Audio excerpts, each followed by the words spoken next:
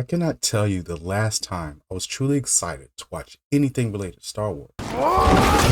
Andor had its finale last week. Yes, I cried at the ending. In this video, I want to break down why I feel Andor is the greatest Star Wars show ever produced. So, let's talk about it.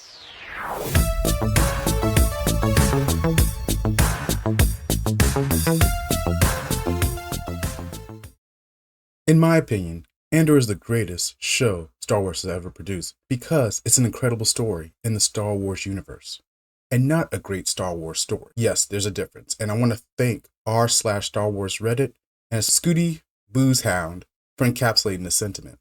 Before Andor became a show, it was a script or a pilot of a show that was moving nowhere. In the initial script, there were too many member berries, too much fan service, and way too much Star Wars lore to see through. In essence, the script was cold and directionless. And so Kathleen Kennedy had Tony Gilroy take a look at it. Gilroy looked at the script and took a chainsaw to it, so to speak. In essence, Gilroy knew that in order to tell the story of Andor properly, we need to move as far away from telling a classic Star Wars story as much as possible and let the characters breathe life into the universe. Gilroy and crew strayed away from using the volume, a production set tool used to capture realistic environments and special effects on a stage. Certain cast members mentioned that the crew instead trekked hours on location in Scotland and England to set up just one shot. This attention to detail, realness, the quality of the writing and production is on full display in seasons 1 and 2 of Andor. Every single shot looks beautiful and feels crafted meticulously with a deft hand.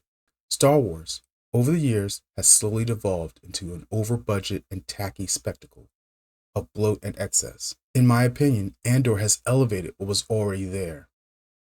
A universe, a story of rebellion, and how war changes even the smallest of us. You can't stay, and I can't go. Andor is the greatest Star Wars show because of its rich and layered character development.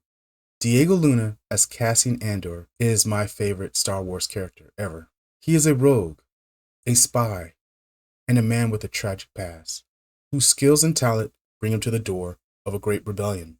Throughout the series, we witness the birth of a leader, a man who wants to do the job, get the necessary credits, and leave with his girlfriend, Bix Colleen.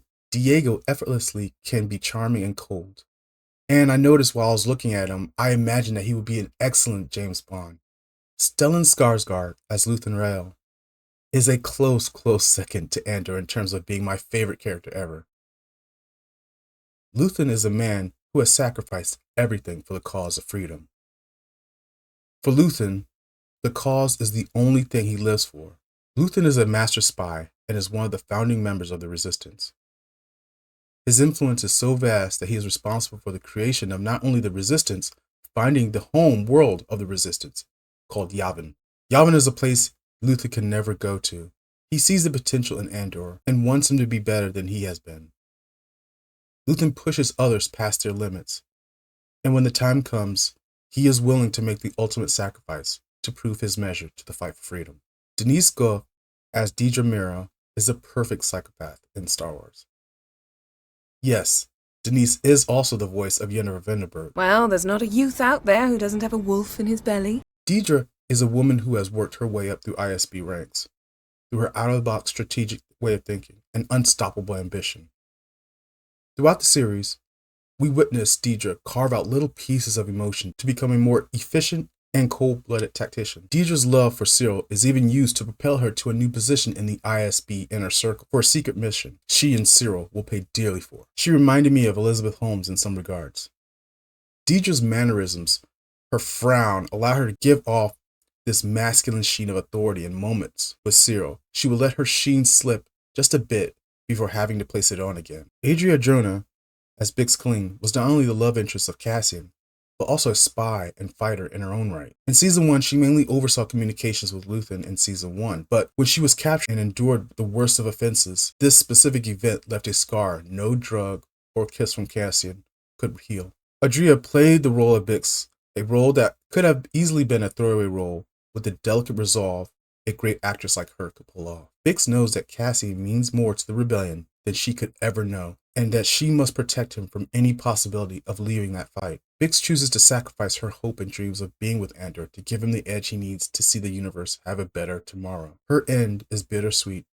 It represents a sunrise Cassian will never see. Kyle Solar as Cyril Karn is a man who was a lowly guard once, who later became an office worker for the ISB, and then rose to the ranks of being ISB middle management. Cyril's a man who loves order, who loves following the rules and taking orders, but is a man who has unrequited passions. Cyril has the heart of a rebel and nearly took out our hero Andor in season 2, but because he found religion too late, it cost him dearly. In some regards, I sympathize with Cyril because there are parts of him that I identify with.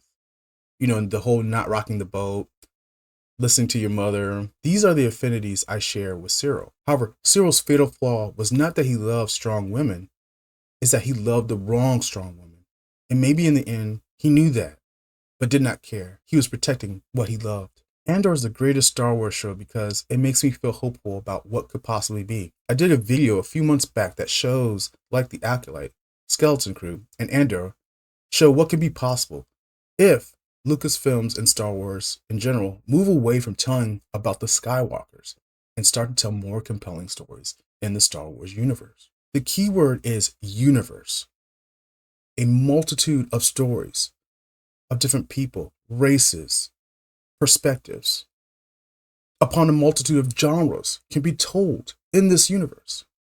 Yes, some of these stories exist in many canon and non-canon books and video games, but I feel that Star Wars is full of possibilities for more stories to be told. Stories from showrunners, directors, writers to explore the human condition with as much gusto, integrity, and rich narratives. Who would imagine that telling the story of how the Rebel forces began would be one of the greatest shows Star Wars has ever produced? So what do I sacrifice?